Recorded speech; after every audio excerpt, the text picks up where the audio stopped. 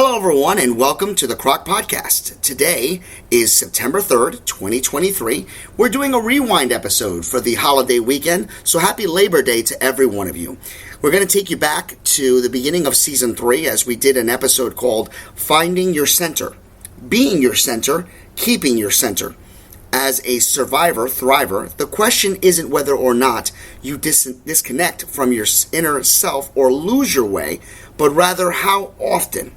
So on this particular episode, Angel and Dr. E will show you how to stay on course no matter the distraction. The CROC Podcast starts right now. 10, 9, 8, 7, 6, 5, 4, 3, 2, 1. Howdy, CROC Nation. Dr. Tommy and Ellie here with another amazing CROC podcast for our amazing CROC survivor/thrivers. Angel Santana, have faith, let it begin. How are you, my friend? I cannot believe that we are just cruising along and having such an amazing month of March. I'm excited. How are you? Oh my God, just fantastic. I really enjoyed our last module on trying to help our survivor/thrivers get to where they want to be the person they want to be. And we're going to do a little bit more of the same but different, as my kids would say, same but different. And tonight we're going to be talking about something that I think is very important to me, and I hope it'll be important to our survivors. So Angel, what happened this past Tuesday? All right, this past Tuesday? Oh my goodness. In the Hudson Valley. Well, I know that's like asking you to go back in time to the dinosaurs. I know the way your life is. No, it's okay. I remember it was a snowstorm. The snowstorm. And that's sort of the theme of today's podcast. When we came into work on Monday, all of the reports, all of the weather channels, there was a winter storm warning, warning of potential harm to property and to life and limb and potential fatalities. And on Monday, we all sat down as a department. We spoke to the middle managers, the upper managers in the cancer center. And the decision was we were going to close down the cancer center on Tuesday. Told all the patients, the infusion center was closed, radiation was closed. And I was going to have what was going to be a unbelievably, just a gift, a day to catch up on everything, a day to catch up on all of the crap that's been just accumulating and accumulating and accumulating for months and months and months and months into years and years and years and years. And that snowstorm was going to be the day that I was going to get everything done. Now, Angel, ask me if I got half of the things done. I was ready for you. I was ready to talk because I was going to say, okay, the number one question is, but I'll answer it your way. Did you at least get half of it done? I did not. Ask me if I got a quarter of the way done. Did you get a quarter of it done? I did not. Ask me if I got a tenth of the way done. Did you get a tenth of it done? I did not. Ask me if I did anything. Did you do anything? I did nothing. So what happened with that snowstorm was it knocked me off of my perch. From a series of events, from a series of plans, from a series of desires and intentions, something knocked me off of my center. The thing that makes me me knocked me off, and I absolutely got zero done. And as I came back, now, Wednesday was not an easy day, because if you close the place down for a day, you're going to do double work on Wednesday, Thursday. Shift finally settled a bit on Friday, now working all weekend to catch up. But knowing that and having gotten everything done, and had I not been rocked off of my center, I would have taken it. I would have signed my name down immediately. But the double whammy of not only getting behind at work, but not catching up in real life, that just destroyed me. So then I thought a little further, Angel, and I said, listen, if something as silly as that can throw me off of my game or take me off of my center, imagine the challenges that our survivors and our thrivers have just staying centered themselves in a life that is far more challenging than anything I could even imagine. So tonight we're going to talk a little bit about finding your center, being your center, and keeping your center, and how we can prevent those snowstorm days, we'll call them, from spiraling out of control. And we're going to start with a very, very unusual geometric pattern called a hexagram. Do you know what a hexagram is, my friend? You know what's funny? I'm embarrassed to tell you that I know what it is, can't picture it, so I know the name, but guess who does? My 4-year-old daughter. No, I bet you Yes. she does. She knows all of her shapes. So the hexagram is a very misunderstood, I guess you would call it, symbol. So first of all, Croc Nation, Angel and I are not, Satan worshipers. We're not talking about a pentagram. We're not talking about anything evil or terrible. Actually, a hexagram has a very, very long history and is steeped in religious tradition. And it's basically it's not a natural shape. It's not like a rectangle or a square. It's really two two equilateral triangles that are basically connected. And that's what makes the 6 points to the hexagram.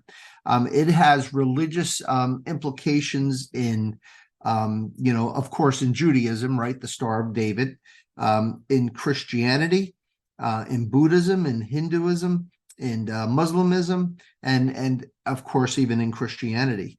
It has magical, sometimes supernatural connotations, and it is sometimes associated with the occult, but again, much more in a spiritual sense than in any kind of nefarious, evil sense. So the way I look at the center, our center, I look at it as a hexagram with 6 points. And the funny thing about a hexagram is that the 6 points are going to be the same for everybody. And I will go through the 6 points, but the beginning point is going to be different for everybody. So everyone is going to have their own starting point and need to identify each of the 6 points and how it relates to each of your lives. So you have philosophy, attitude, spirituality, mood. That is one of the points. Your relationships, that's another point of the hexagram. Your professional life is another part. Your family is another part. Self-expression and your expansion is another part.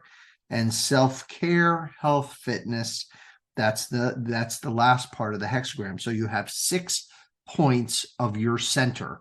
And everyone will, as we go through the podcast, I'm hoping that every single one of you will be able to define and draw your hexagrams and put in, each of those 6, parts to the, each point to the hexagram, but then you're going to put your number 1, your number 2, your number 3, number 4, and none of us are all going to have the same. So I also wanted to do an exercise, Angel. I wanted to, again, stress the importance of knowing your center and keeping your center as a number 1 priority. And I'm going to take my stupid snowstorm experience and I'm going to compare and contrast it to a real life problem that a cancer survivor / thriver would have to deal with and how we would look at it the same. And there's also 6 points of evaluation in this exercise. So we'll look at me in the snowstorm and what it did to me. So first of all, what started that cascade for me? And then we're going to look at the cancer survivor.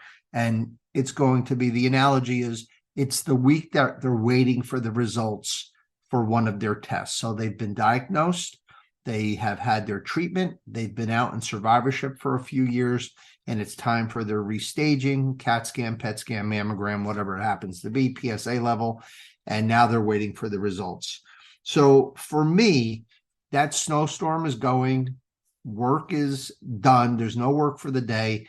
I have everything written out, in my OCD way as far as what I have to do. And the first thing I do wrong that knocks me off of my center is I didn't get up early enough. So, I took the dogs out. They had what they had to do. I fed them. And then for some reason, instead of starting my day right then and there, I ended up going back to bed and sleeping an extra whatever.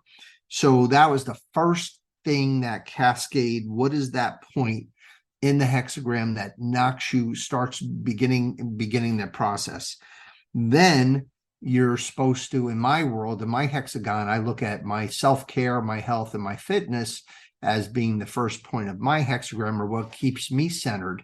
And I said, okay, I'm too tired. I'm not going to work out now. I'll work out later this afternoon. That's number 2. That began the cascade. So now let's turn the tables. And now you're a cancer survivor out there, waiting for your PSA, waiting for your mammogram, waiting for your CAT scan. And what starts the cascade for you? So does the cascade start by talking to a toxic individual? So you have a neighbor, one of those know-it-all neighbors that knows everything, and you have your PSA pending? Oh man, it better be good. It better be the same as it was last time. It better not be any more, or you're going to be dead. You're going to die. Or I had a cousin who had what you had, and boy, they only lasted a year. I don't even know how you made it another year. And that starts knocking you, all of a sudden it's starting to push you off the center. That Jim Carrey movie, remember, was it Ace Ventura, when the guy who was on top of the pole had to stay, in order, before he got married, he had to stay on top of the pole for a few days, and he was shooting spitballs at him. Yes. So his center was that pole, and Ace Ventura was trying to knock him off of his center. So talking to a toxic individual might be that situation. Or you might go to Dr. Google and you might say, oh man, what happens if this happens, or what happens if that happens, or what happens, and you start doing that your whole mind then goes into a tizzy. Or you can go into my chart and read a negative report, but because of the wording, because we've talked about this on the podcast, how doctors use, really ridiculous language that no one could understand, and so scary that you read that chart and you think you're going to die when it's really a good report. So whatever it is that knocks us off the center, that first point of your hexagon, that first point of the hexagon that we have to start, that one point, it might be your spirituality, where you get up in the morning and do your gratitude exercises, and you pray to God, and you humble yourself before your creator. That might be that first part of your hexagon. And if you forget to do that, or you don't do that, that might start that cascade knocking you off. Number 2 is the question or the phenomenon of desire. Now, we think of desire sometimes in a very sensual / sexual way. We think, I'm desirous of this beautiful woman or this handsome gentleman or whatever. I don't mean it in that sense. Desire is a terrible thing to have. Desire is when you want something, or you have an agenda, or you are stuck just thinking, if I don't get this, then like the world is going to just basically stop spinning.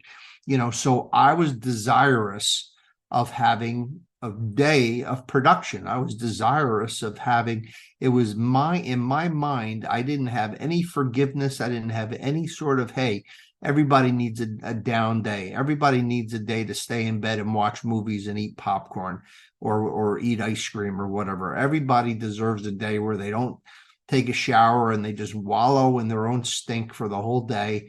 Everybody needs a day like that. That's like the day where I picked you up for the Mets game. You were like all sorts of going for that day, and I just dragged you out of that day. So that's number 2. For the cancer survivor thriver, you desire to have a really good outcome, right? You desire to have a negative test result. You desire, to want to live forever. And that's completely normal. That's a very normal thing to have.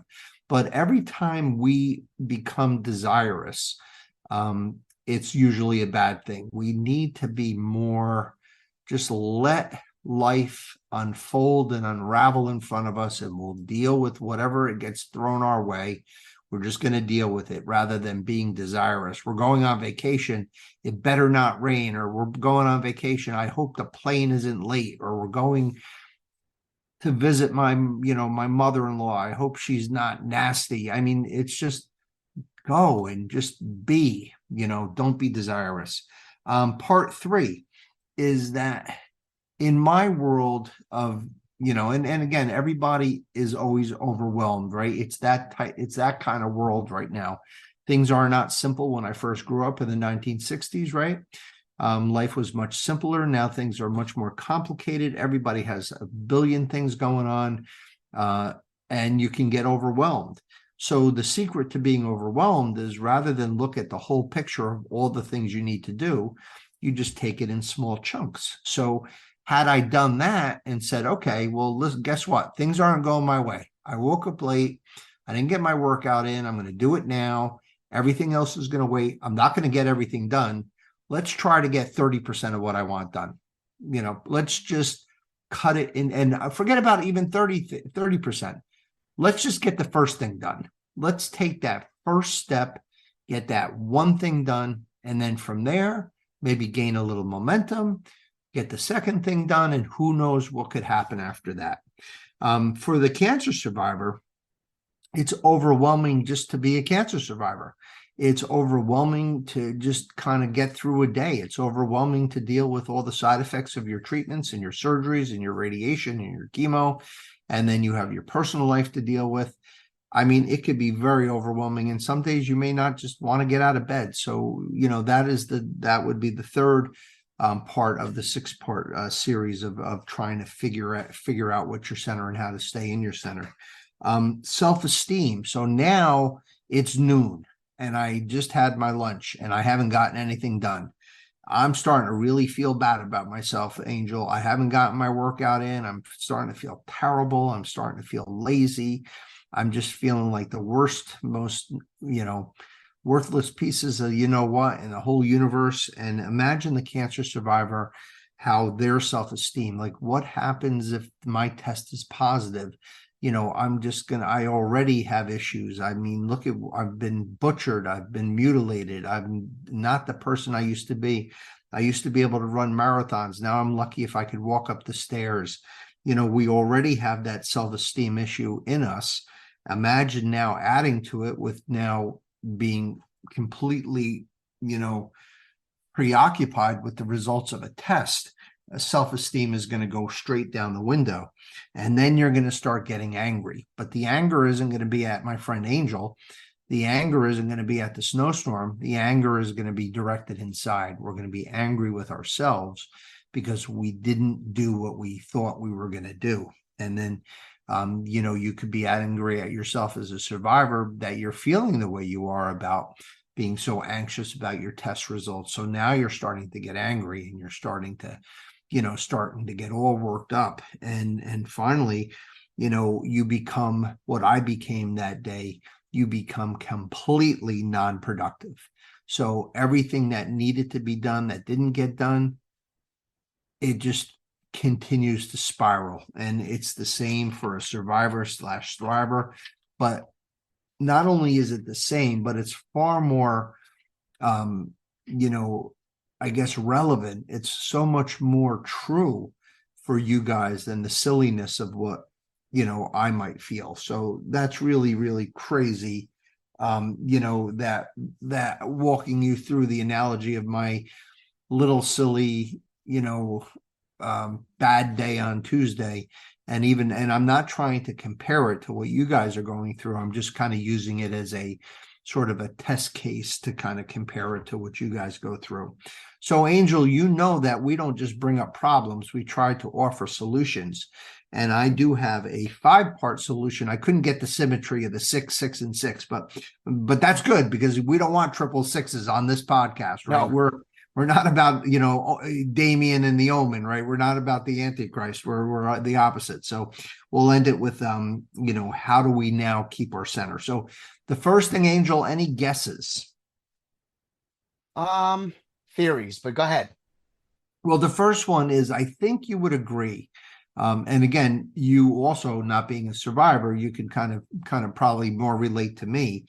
You would agree that every time you've been knocked off your center and you just came back from a period of burnout where you took some time off of your podcast to just kind of get your center again. And, you had the sick kids and, not feeling good and working triple shifts and the whole thing. So you would agree that 99% of the time, the things that knock us off our center never turn out to be important things. Absolutely. They're just very bogus, silly, stupid things like this snowstorm.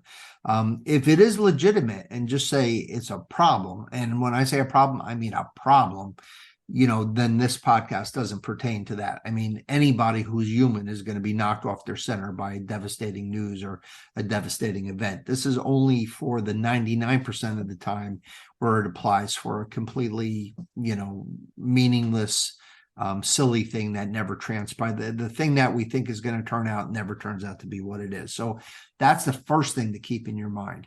And then I want you guys to go out there, and I want you, if you don't know what a hexagram is, go to Google, find out what a hexagram is. I want you to draw a hexagram. Then I want you guys to put in that hexagram, starting from the top. I want you to put in the order of the things that center you. So again, we'll go through those six things. One is your spirituality, so your life philosophy, your attitude, your spiritual mindedness, that type of thing, your mood. Then you have your relationship with others, not including your family. So how you relate to others, to friends, to colleagues, to coworkers. You have your professional life, how you go out there and make a living, what your vocation is. I don't care if you're a doctor, lawyer, or Indian chief, candlestick maker, Indian chief, anything, doesn't matter. Whatever it is that you do is holy and worthwhile. And that's part of your hexagram. That might be number 1 for some people. It may be number 6 for other people. Who knows? Self-care, health, and fitness, which is my starting point. Self-expression and expansion. Everyone out there needs to express themselves. Everyone out there wants to feel loved. Everyone wants to feel worthy, especially our survivors. So that's an important one.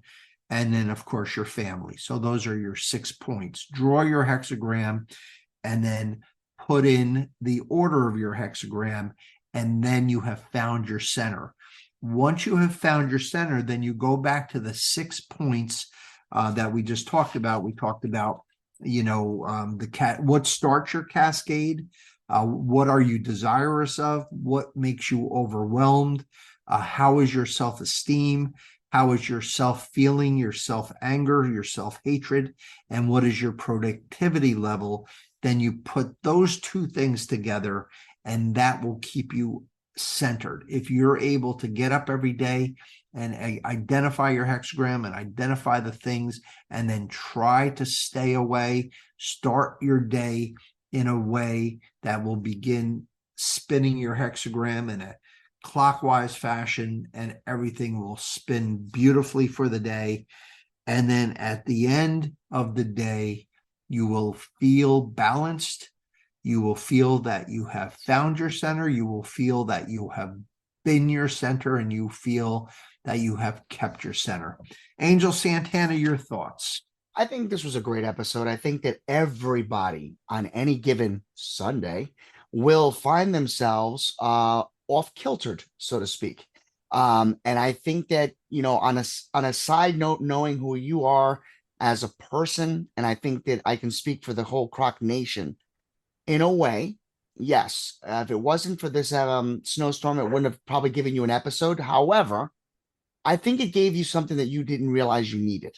I think you needed a break. You needed to rest, and it was the only way that you were going to get it.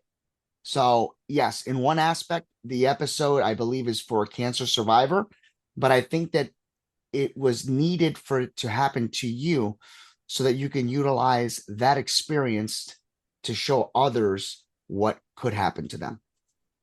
Angel Santana, your words are wise, as always, my young brother. Can't wait to hear you preach tomorrow. Will people be able to go back and archive your sermon tomorrow if they want? Yes, it will be actually recorded through Zoom. So there will be a video format that I'm going to re-edit and retouch up and put it on my actual website. And also it will be on our YouTube channel, which Oh, fantastic. That's yeah, great. so it'll be Fantastic.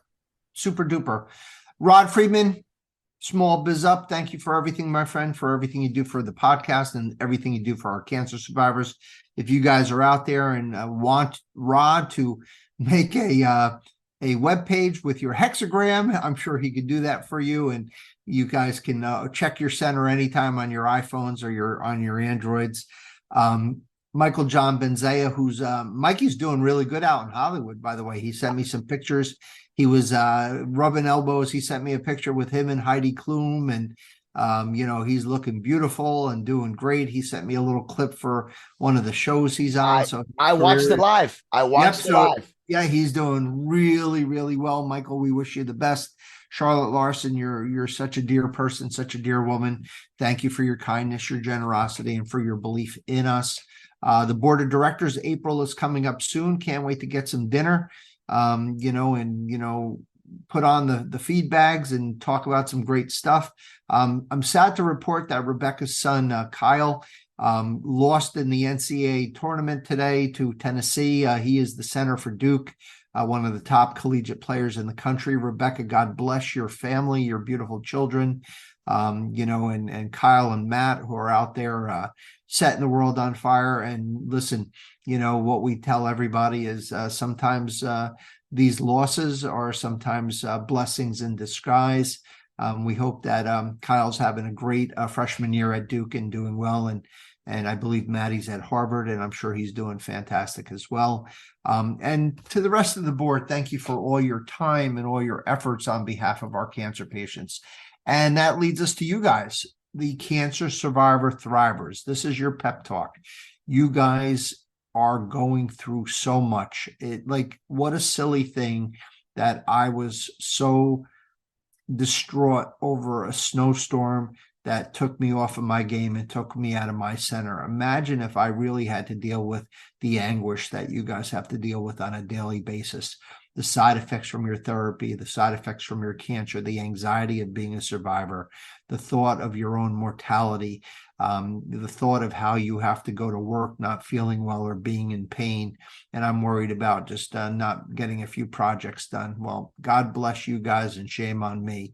I want you guys to know that we here at the CROC podcast think you guys are very special.